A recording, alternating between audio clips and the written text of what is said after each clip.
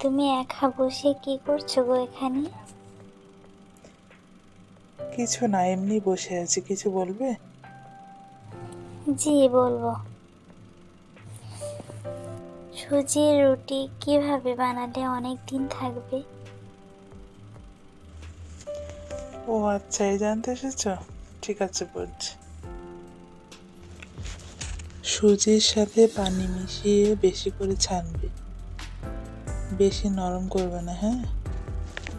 তারপর খামির বানিয়ে একটি পাত্রে আন্দাজ মতো পানি নিয়ে উক্ত খামির অর্ধ সিদ্ধ করে নামিয়ে পানি ফেলে দেবে। তারপর খামিরগুলোকে ভেঙে তার সাথে পরিমাণ ঘি মিশিয়ে ছেনে নেবে, যেন একটু নরম হয়ে যায়। তারপর রুটি বানিয়ে পানি ঘি ছাড়া তাওয়ায় হালকা তাপে গরম করে নেবে।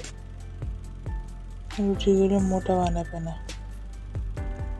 এই রুটি অনেক দিন স্থায়ী হবে। বানিয়ে দেখতে পারো। আচ্ছা ঠিক আছে। ঠিক আছে, এখন যেতে পারো।